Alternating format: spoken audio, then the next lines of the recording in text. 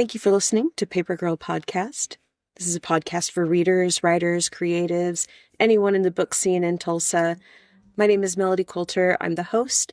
I am the co-owner of Meadow Market Books in Tulsa, and I am joined today by two folks representing something involving a mailbox, which is the title, not me kind of moving roundabouts.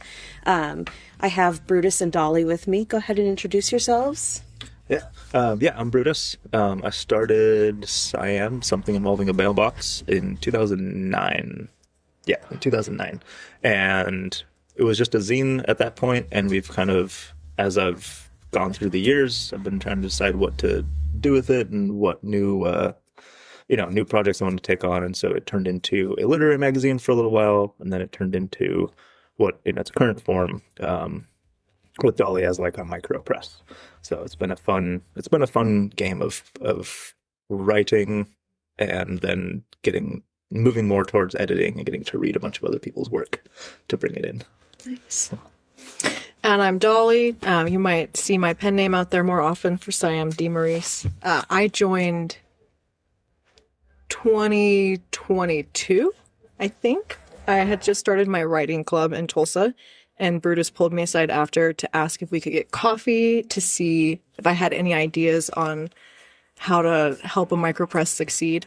And I was like, of course I do. I'd never heard of a micropress before, didn't know at all what I was talking about, spent 4 hours researching heavily, showed up for the meeting, talked the whole time. I think you said maybe 2 words, explained what I had learned, my ideas, and then Brutus said, do you want to do it? Yeah. So we've been working together since. Sounds like my energy, like I have something percolating maybe in the back of my mind, and then someone's like, what if? And I'm like, all right, here's a ton of research, and then I'm going to yap about it, and then we're going to make it happen. So I think we're going to approach this kind of linearly, because I want to know more. That's like a 13-year gap of you running SIAMB. It started as a zine. Let's start there. Yeah. So my initial kind of inspiration for it was old punk zines in around the Bay Area, and specifically Aaron Comet Bus. I got the Omnibus when I was, I guess, end of high school, middle of high school. My friend Corey's older brother had gone to college and came back to my tiny little town with punk culture from out in the world. And so I got a hold of that, and I was like, wow, this is amazing. People are having adventures. They're like hitchhiking and, hanging out with random people that they meet. And that kind of reading those stories reminded me that like the adventure exists in the world. And before that, I'd read a lot of like Dragonlance, and I was very into fantasy and sci-fi and stuff. And all of a sudden I was like, wait, we can have adventures here. This is fantastic. You are the adventure type. So Sam was really like, in those days, was looking at what Aaron had done and been like, I want to do that. I want to, whatever that kind of looks like. And it admittedly looked very different. I wasn't plugged into a music scene. I wasn't quite having the same adventures. I've never really been that good at like writing about myself in this kind of like raw like moment of like, I'm just gonna tell you this story that I did. And so it had a lot more like poetry and like kind of targeted snapshots of moments that I had with people. And yeah, it was a long time. I think I did, cause SIAMB 7. So really I only did 6 between 2009 and 2021, which is when the first literary magazine, number 7, came out. So there was, I think the whole time I was in college in Santa Cruz, I was on a hiatus. I don't think I published one there. But then I got to Colorado, and I was bored not bored, but I was operating as a grad student and needed in physics, and I needed an outlet. And so I started doing much more there. Yeah. So you got from California to Colorado. How did you end up in Tulsa? I was back in California in 2021, kind of right around the time that I was putting together the literary magazine, number 7. And And I'd run into it's somewhere I'd run into the Tulsa remote program, and that's how I wound up in Tulsa. And I was hanging out, living in a van in Southern California, and they're like, "Yeah, come check Tulsa out." And I was like, "Yeah, I should go check Tulsa out." I have no idea what it is over there. And I showed up here in 2021, and I've adored it ever since. And so I've been here ever since. Love that. Kayla's a Tulsa remoter too, so you got involved in a writing club, and then that's how Dolly comes into the picture. Want to talk about this writing club? Yeah, so I had originally walked into Woody Books in Rest in Kendall Whittier. peace. Yeah, rest in peace. This was when they were still next to the Whittier before they had moved down the street. And I walked in and I was like, "Hey, you all know of any like writing clubs or anything around town?" And I forget who was behind at the desk at the time, but they're like, "Not really." I was like, "That's unfortunate." And I think I picked up a book and then wandered off to whatever show I was going to see at Whittier or whatever. And then I came back into Witty Books, a month later or something, and there was a flyer for the Witty Writers Club. And I was like, "Oh, what's this? I'm going to go check this out." Look who manifested something. Yeah, we had the opposite approach. I went in, I had just moved here. I'd been there for like a couple weeks and I was desperate for friends and went in, asked for a writing club. They said there wasn't one. And I walked home and then I did a whole proposal on why I should start the writing club and here's how I would run it and here's how it would go. And then emailed the owner and was like, "Hey, would you be interested in hearing me out on this?" So I love that. So you like spoke Dolly into coming in and looking for I love this. So you started a writing club. Why were you looking for one? At the time, I was working as a freelance writer and editor, and it just seemed like I had run an environmental action club when I was living in Wichita, Kansas, a youth nonprofit organization. And I wanted to try something that was less activist heavy and more community based. I think I had the most success when it came to bringing people together. And frankly, I needed friends. I wanted a writing club. I'd looked up a ton when I moved to Tulsa, and most of them were defunct or not accepting new members. So it seemed like the right opportunity for me. Yeah. I wanted nerd friends. Let's just be real. I wanted nerd friends. I started a nonprofit to teach improv around Tulsa, and it was because all of my friends were improv friends. And so when I left the theater I was at, I was like, "Oh no, how do I see my friends?" Exactly. Because we would get together for non-improv things, but we all had the itch to do it still. And so you start what you need when you can't find what you need. Find a way, make the way. So you made your way to writing club. How long before you were like, let's get Dolly into SIAMB? First meeting. You came to the very first meeting of the club Immediately. and asked me right afterwards, and I was terrified. You're like, "Dolly, get shit done." I mean, that was a huge part of it, is that I had walked in looking for a club, and then, I didn't have the bandwidth or the thought to make one. And Dolly had walked in and not seen one and been like, "Well, I should start one then." And I was like, I mean, that's exactly what I want to work with SIAMB. So that's it's a perfect resume, really. So when you asked her, "What are you thinking about for a micro press?" What were you looking for? Someone to bounce ideas off of and someone to help me read and just kind of stay motivated.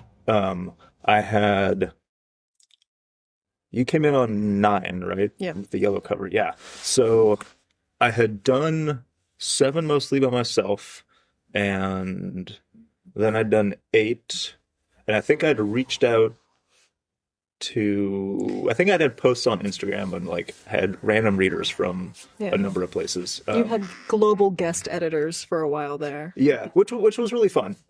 It was difficult to be organized, and I still ended up doing a lot of the work, and it was great to have other voices, but I didn't feel like I had the same connection and motivation. And I was like, all right, I would love to find somebody local that wants to work on this and that is passionate about this kind of idea. and Dolly was just the immediate obvious, possibility for that.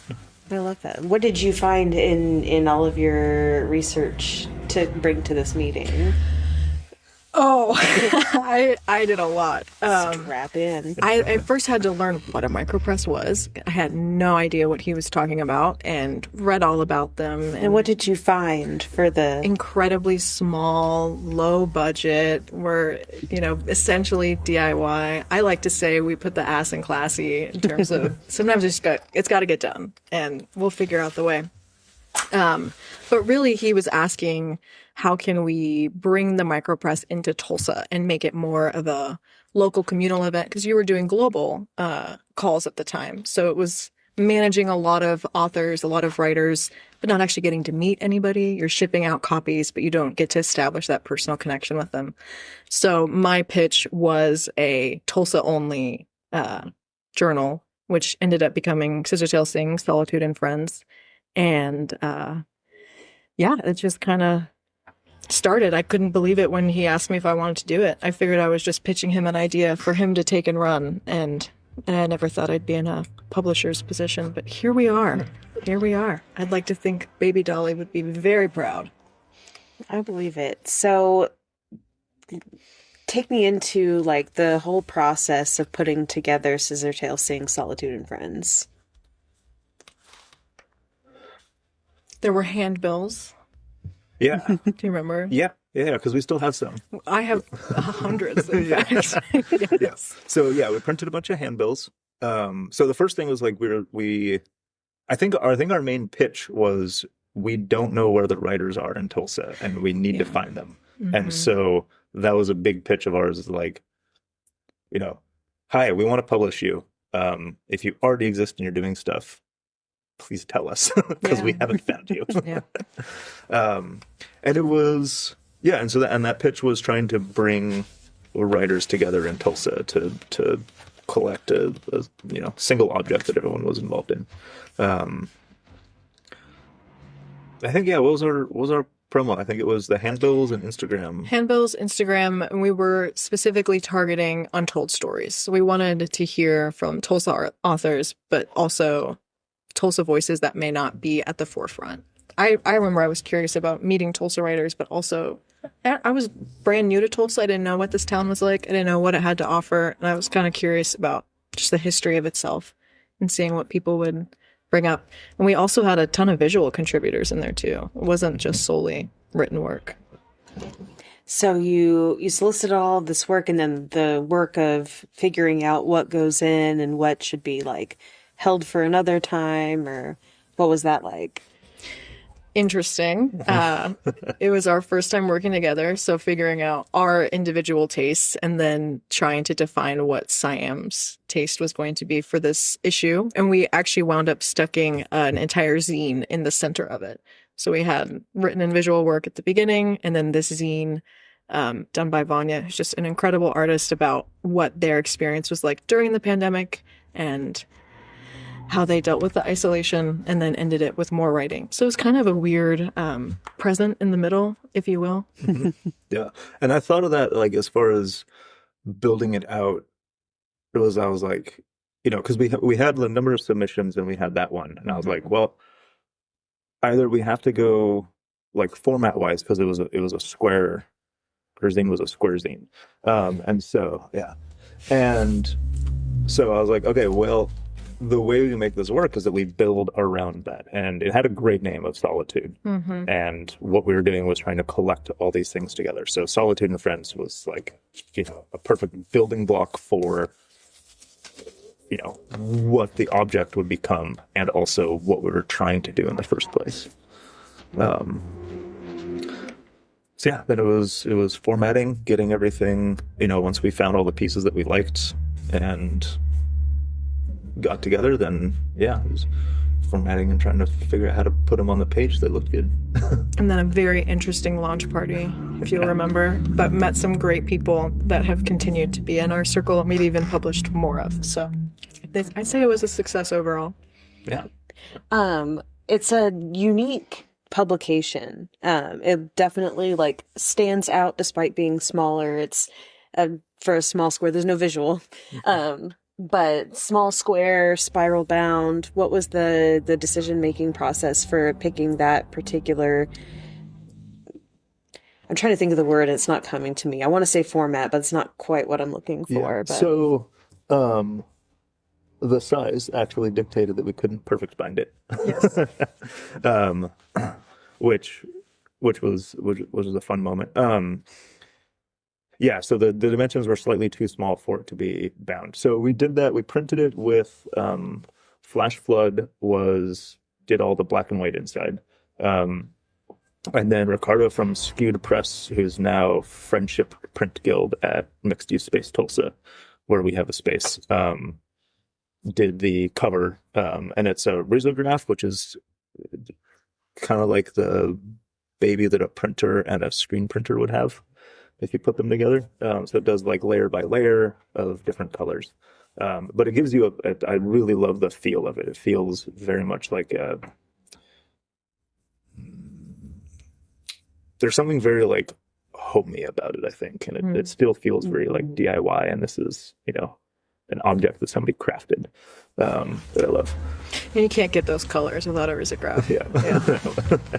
It's unique and it's outstanding. And since then, you mentioned that at the launch party, you met people and you've published them.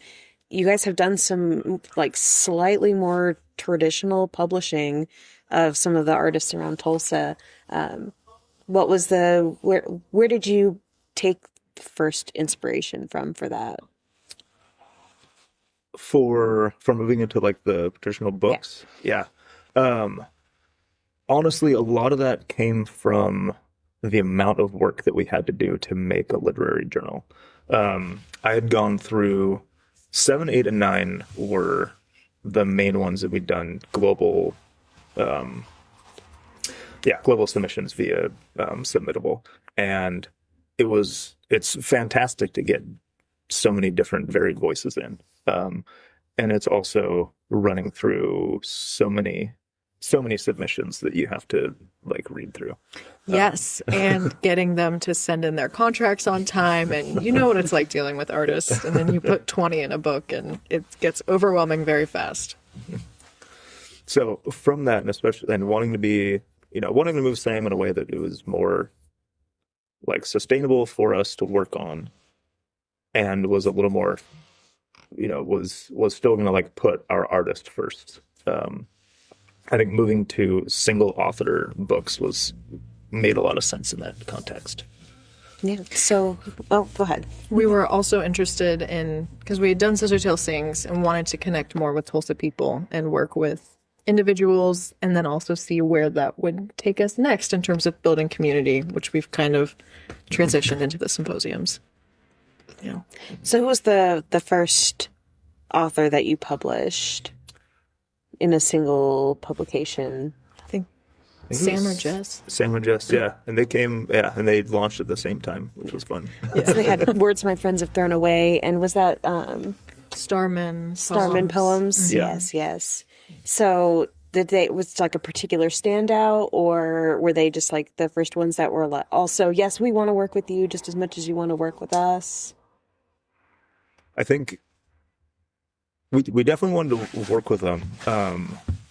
We knew Jess from Horns and Rattles. From Horns and Rattle, yeah. And from her other work, her YA novels and stuff. Mm-hmm. And Sam was that through the writing club? Yeah. Yeah. Yep. Sam came through Witty Writers. Yeah. And they were both already working on, they like already had drafts that they were putting together. And that was, I think, something that made it easy for them to be kind of the first people to work with. Was like, we already liked their work. We knew that we liked their work. And they had their next draft, like, kind of ready to go. Like, a really good process, like, to start working with, like, a publisher. And, yeah.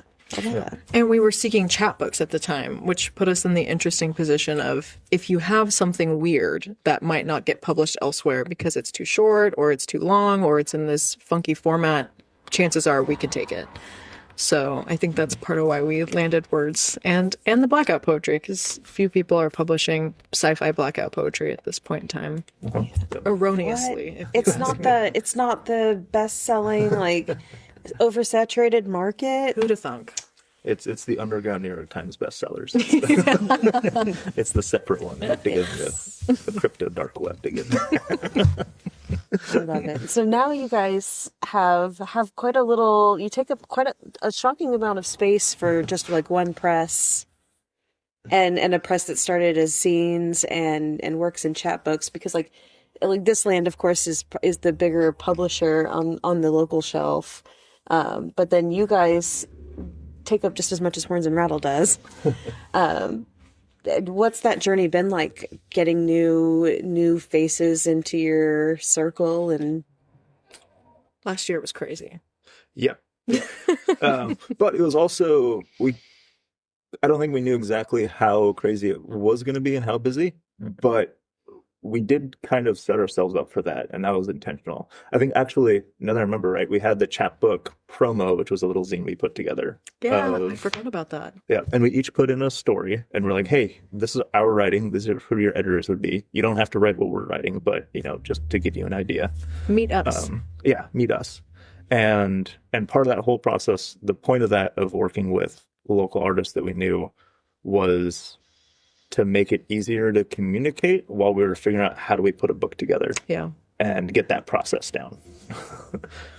And then we went to Paris, and things just kind of exploded, and it got really busy and really great. how did the international travel impact SIAMB? Well, Brutus got an email about the Paris Ass Book Fair and sent me a text like, hey, why don't we just submit and see what happens? And then we got in, and suddenly we were faced with an expensive international work trip and made it happen. Made it happen. I love that. It's like on a whim. We did a New York City improv festival that we were like, should we submit? And like the next day, because submissions closed the day after we had, and they're like, hey, you're in. And we're like, oh, great. All of a sudden, we are now having to pay for a trip to New York City. Exactly. To go do 20 minutes of improv. But it was a work trip in a sense, because we do work in an improv space, but like getting to be around other people who work in that craft is really like major for changing how you do your art, and like, a little bit of a different experience to be studying the craft. So what was that like for y'all? It was really fun in getting to see what other people had made. It was much more of an art book and art fair than it was like written like literature, which we didn't know when we went, and it was very fun to be there and be like, oh, we are. I think we were one of 2 or 3 booksellers, just strictly booksellers. Yeah. And we're like, wow, we stick out great. We're from Oklahoma in the middle of Paris. We have, Yes. books just full of words in English. We were sandwiched between, actually one that was largely books of text, and it was queer erotica from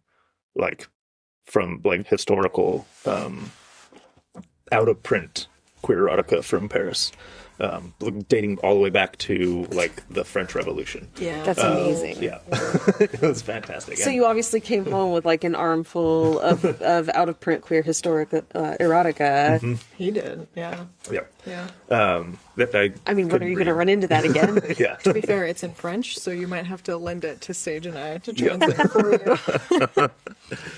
you. And on the other side, we had a very arresting coffee book of queer parties out of I think London. In the UK, yeah. Yeah, Shout out Ireland to and London. Smut Press. If you're ever looking for a queer party in the UK, look them up. They host these big, beautiful queer bashes, and then they photograph them and turn them into these like amazing celebrations of queer joy, and it's just very horny and very fun. That's amazing. So cool. And And they so- loved Enya. So you, I've never heard anybody speak so much about Enya. It was educational. man, in 2025 too. They were diehard Enya fans. Yes. Take it. So that's what's coming up next for SIAMB, right? Is a coffee table book of historic erotica and party pictures. Okay, but we have talked about the ABCs of kinky consensual fetish sex, and I would love to make that happen if we could work with a local illustrator. I kept telling Brutus at the book fair, we just weren't selling sex. It's just, we need something, just one thing in our market for those kinds of book fairs. Just a little sex. A little something. Yeah. I love it. But so when you came back and you looked at what was coming up for you, what really did, like, what stood out to you about how you wanted to take the press going forward?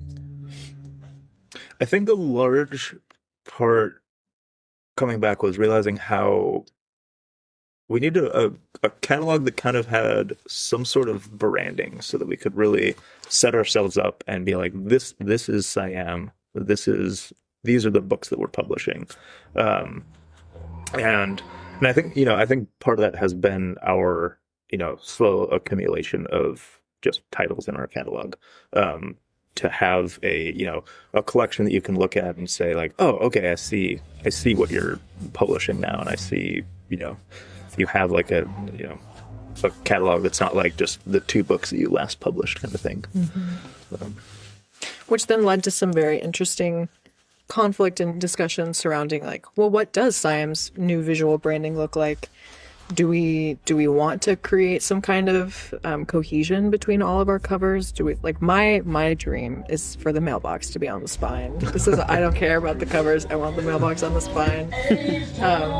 But it really did force us to kind of think more about what we as publishers also need to be putting in. It's not just the author's work now. It's also coming through SIAMB. And how can we work together to make sure it reflects what you want it to reflect and that it still fits within our catalog, our library. I love that. So are there any projects that you guys are getting ready to put out that you want to like shout out? I know you feel like you got to keep things under wraps. Like we don't have to, but so we've got a number of, 2025 we had reached out and tried to do chapbooks, right? Well, I mean, we did. We published what, 4 or 5? 5? Yeah, 4 or 5. We haven't even talked about Jourdain. Yeah. So we did, and we got those books together. And then for 2026, we were like, okay, we also have a large backlog or not backlog, but a bunch of authors we've worked with in the literary press that we really liked. And so we've been reaching out slowly to authors and navigating, like, putting a collection of what they had printed previously, either a collection of poetry, a collection of short stories, etc. And we have a chapbook novel, a horror novel that we have been working with for now over a year. Yeah. So, and set in Oklahoma. oh, I know. Yeah. She uses the like tornadoes and the spooky green sky so well. Oklahoma is perfect for horror. it really is. We have like a sort of like it has a true crimey feel, done by a guy who left Tulsa, but it's set in Oklahoma, and I'm like, Oklahoma just like historically has such like fertile soil for really tapping into so many different horror genres. It's like that's exciting to hear the tornadoes be part of the horror. Huge part of it. So that has been a blast to work on and a very different process than what we've been doing before. We've actually been developmental editing the book with her, the manuscript, and I'm not sure we'll do that every time. It takes a lot of time. Again, a year and a half trying to get a book published, and we're not quite there yet. And I think this was what we wanted before, right? Was to develop an intimate one-on-one relationship with an author and see where this will go. Yeah. And also really getting, developing that relationship and being able to have the conversation with the author of like, here's what we're reading. Here's our outside voice coming back to your manuscript, and making sure that, the author can take that, play with the internal voice that, dictates what book the author's trying to make and balance that out to make it the best version of that author's book. And that's been a really, it's been really, what's the very positive, exciting word? That I'm looking for? Satisfying. Yeah, satisfying. Yeah. It's been really satisfying to have that rapport back and forth on this book. Brutus and I often complain about defenders. I don't know if you're there, if you know what we're talking about, but the people who, when you give them feedback on their writing, just explain the choices they make without actually taking in. Well, it's great that you know that as the writer, but I'm telling you as the reader that I did not know that. I'm going to be honest. I am so scared that I would be a defender that's why I've just independently published things. I'm like, I don't know how much feedback I can take. I had Jared read because I need to order more copies of my book.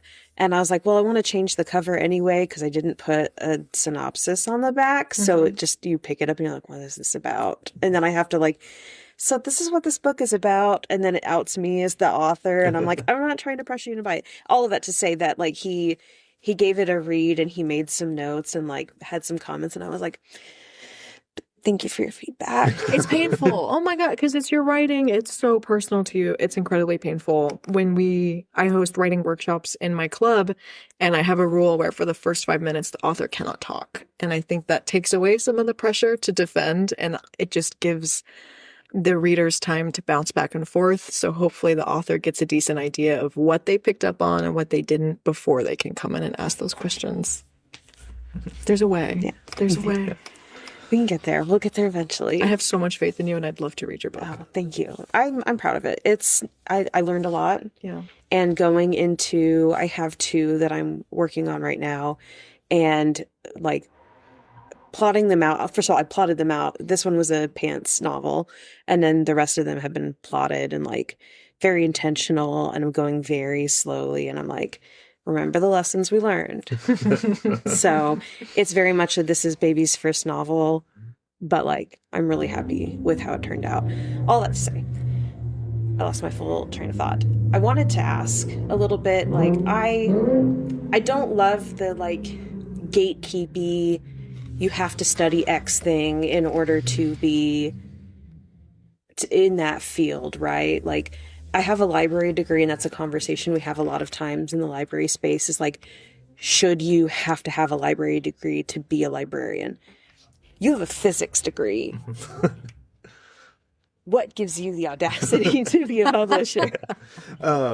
This is a question I've asked a number of times, especially early on before Dolly and I had really started with SIAMB, is that I was really self-conscious about asking to publish somebody's work because I'm like, I have a budget for 100 copies, and I have absolutely zero marketing plan whatsoever for your book.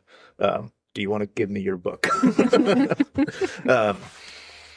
And I'd asked, I forget which event it was at Woody Books. I think I asked it like a couple times at different ones, and every time between authors and people who had published, like the answer that came back always was, that's on them, and they'll be excited that you want to like publish them, right? And if they are at a level where they're like, I'm going to publish this, with this much marketing and this much, stature for the publisher, they'll know and they'll tell you. And we have that conversation happening right now with some of the people we reached out to. They're like, yeah, what's the marketing budget look like? What are we doing here? And thankfully now we do kind of have a marketing budget. Now we have plan. plans. Yes. No, I love that. Like having the faith in your work, or just being like, hey, I've got an opportunity to platform you in some way. Is that okay? And then letting the artist be like, yeah, that's great. Because 9 times out of 10, they are amped for it. I'm like, I got a tiny little bookstore. Will you put your book on my shelf? And every time they're like, you want me to put my book on your shelf? And I'm like, it's literally just a piece of wood I painted. Will you let people look at it on your shelf? And they're like, yes. How many copies do you need? I'm like, this is fantastic. So I know, I love that. And like, that's exciting. And I'm guessing you probably still work in the physics space, or did you? Kind of. I left the PhD program when it wasn't kind of going the direction. I was looking at where my professor was and the other like recent graduates getting postdocs, and I was like, I'm not as excited about what life looks like as a PhD physics PhD person. I would love to have been able to go back and teach community college, but You would be a great teacher. Yes, it would be really fun. I would love it. Dr. Brutus. It's gonna be real hard to get one with just a master's in applied math, but yeah. So no, now I work in engineering and software engineering because that's where we all wind up. But it is, it's still the fun puzzles it's similar enough puzzles to math and physics, so I still like that. And it pays bills a little bit, with some extra for running SIAM and Yeah, trying so to figure that out. feed the brain, feed the body, and then feed the soul with SIAM, and that's Yeah. yeah. Yeah. What about you, Dolly? What experience did you bring to this world? And How honest should we be? I entered SIAM with incredible amounts of imposter syndrome. I was very young when I moved here and started this club, and I assumed it was going to be a bunch of college-age students like me because the bookstore was right next to University of Tulsa. And when I started it, I had a bunch of 30-year-olds who all had master's degrees, and I felt so unqualified. So even though I had been working in the writing space for over a year at that point, I still felt new. I mean, when you're a new freelancer, you spend your first 2 or 3 months just trying to get a client. You're not really working at that point. You're just applying. So I was bringing my experience there. But before that, I had worked as a farmer and groundskeeper, and I had also worked on a political campaign. So so you're used to wrangling things that are hard to wrangle. A little bit. I get bored. I like to try new things. Yeah. I love that. So another thing that you guys are working with SIAM is the SIAM Second Saturday Symposium series. Well done. Did I get all 5 S's? Yep. Yes. It's a difficult one. Yeah, I think that is 5. SIAM Second Saturday Symposium series. Yeah, I mean, it's turned into a series. Yeah. Yes.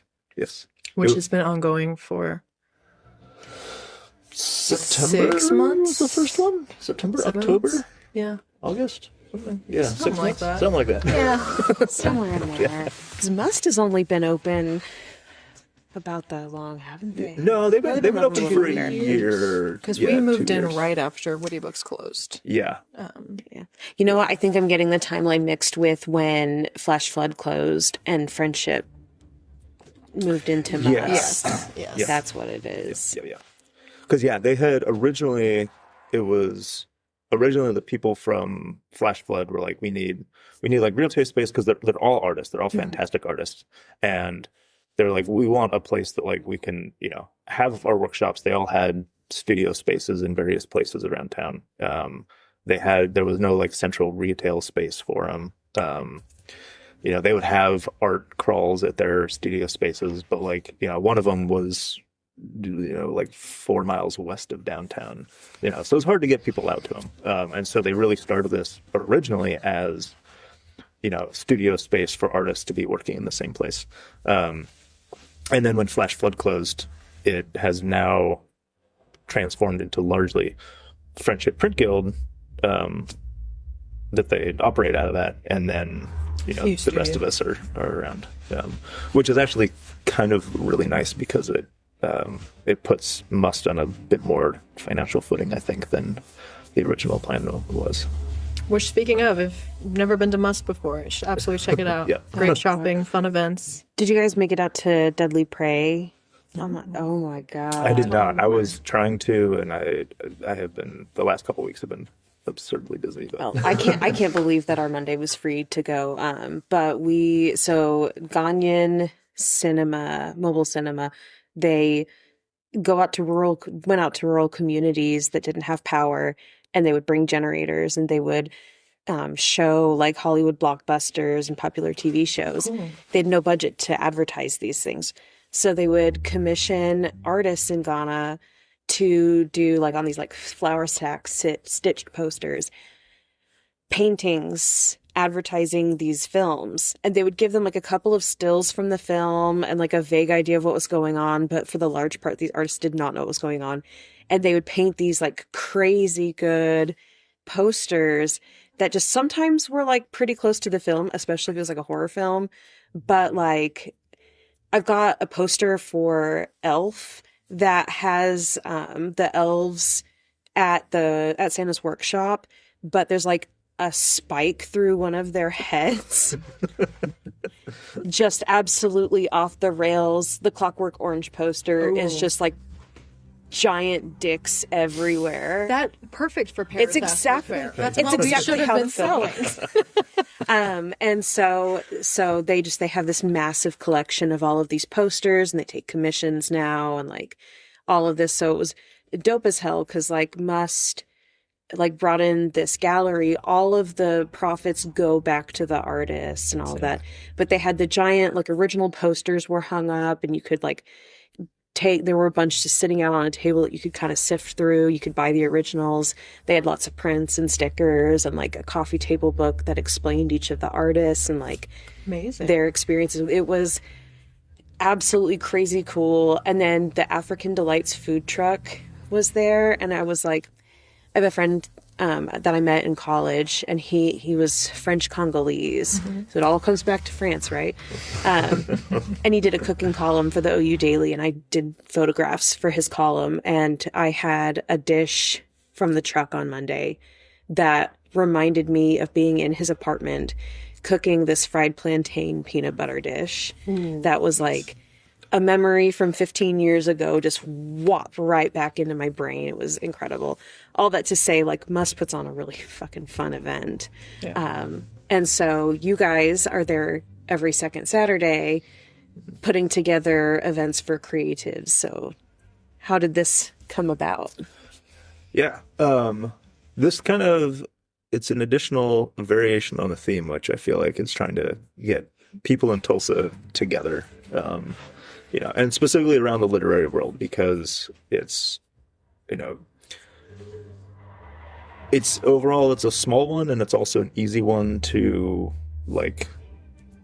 leave disparate, with people, writing in your own coffee shop, and it takes work because it's a rather private affair generally with what you're doing, and it's really helpful to know who else is around, and to have community in that. And our plan was, to really have a platform that was ongoing, that people could come into and plug into, as whatever projects are happening in Tulsa. I'm going to disagree with you slightly, just slightly, in that I think writing gets a really bad rep as a solitary activity and passion and job. And my favorite part of a book is the acknowledgement section. I read every acknowledgement section. They make me so happy because it's the first time you get to hear the author's actual voice and not the tone that they're putting on for the book.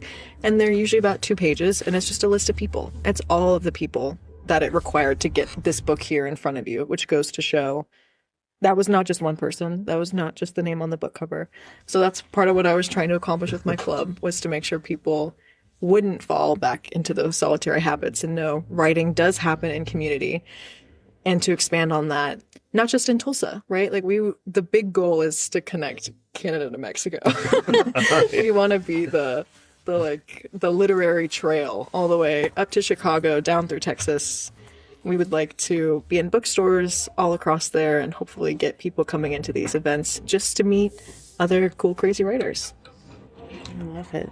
That's it's something that comes up a lot in this podcast, is like how solitary writing feels, but then you realize like I can't do this without a ton of people. And then like it's very easy, especially in Tulsa, I think as soon as you say, hey, is there a writing club around here, that the universe pulls in this community, and that in my experience it's been a very welcoming and very excited community where everybody's just like lifting each other up, and I think that's really dope. So I'm not sure what it is about Tulsa, but the arts and writing scene here is truly amazing. I mean, I was not expecting that when we moved here. You know, something Oklahoma standard. I've been in Oklahoma for 15 years, 16 years now.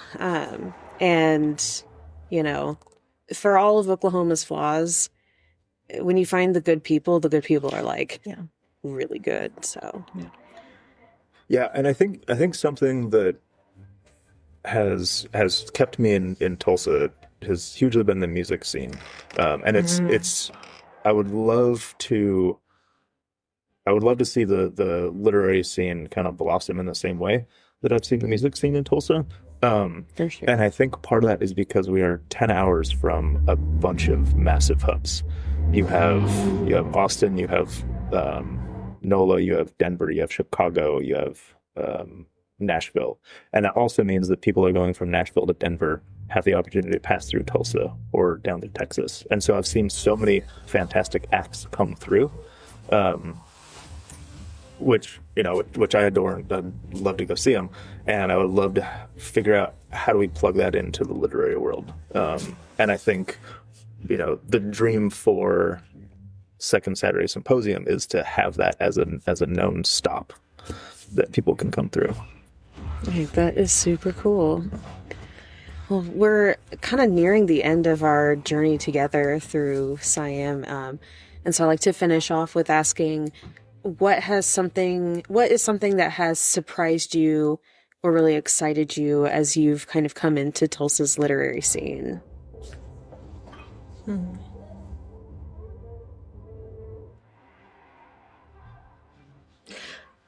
Can I be honest?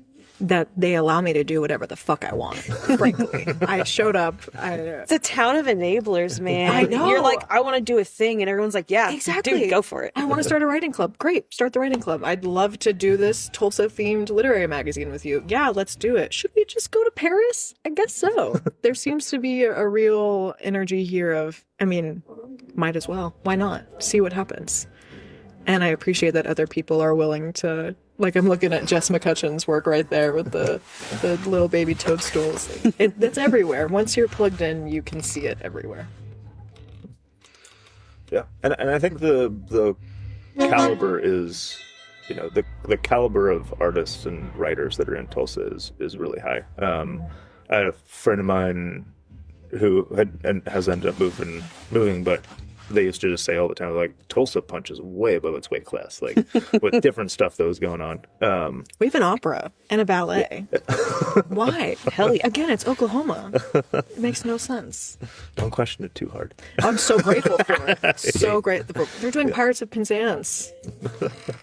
We're going. Yeah, all right. Let's do it. Incredible. Just like the way that like arts come together, and like the more formalized like opera and ballet, but even like, have you gotten to see the People's Orchestra perform? No, but I have been so desperate to go. Are they good? So wonderful. I've always been busy. And it's just like wonderful, just like people who like learned an instrument in like high school and maybe college, and then like just get back and start playing again, and it's awesome. And like there's a ton of support for like, if you want to do theater, you're gonna find somebody who's like, yeah, let's do theater, let's go find a venue and put on a play. And like, I've been in 4 shows now with a group that's just like 2 dudes who were like, we want to put on plays and we don't want to try to break into what they feel is very cliquey sometimes, but they were like, we'll just put one together. And everybody's been like, hell yeah. If we don't have a show, we'll be at your show. So. Creativity is accessible. For a small play, if you're ever interested in doing a single night play, I do at Whittier Bar. I do the zine release for Toyota Nights, just a monthly zine. And historically, it's largely been music, but I would love to get theater in there.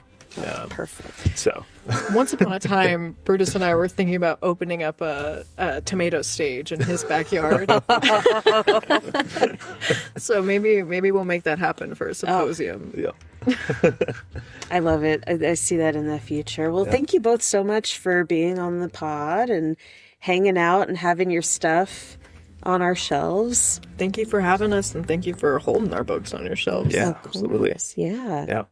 And yeah, thanks for having this space. I'm very excited for I love this little space. It's a great opportunity. We had a comedy show in here last week. Oh, really? Yeah, we rented 15 folding chairs and we had a comedy show in here, and we're going to do it again in March, and we're going to do it again in April. We bought chairs now, so we're like, we could do it once, we're going to do it again. I think you were meant to do this. I think this is, everything in my life is just kind of like very suspiciously routed right here. So it's good stuff. Next up on the pod, we have Iman Christians. I just finished reading her. It's not on the shelf right now because it's sold out, because I was selling it as I was reading it. This incredible romantasy that just like Fourth Wing Who, we don't know her. This book. So Amon's going to be on the podcast next week, and it's going to be a great old time. But you can check out SIAMB's work here. You can check it out. What's your website? SIAMZine.com. SIAMZine.com.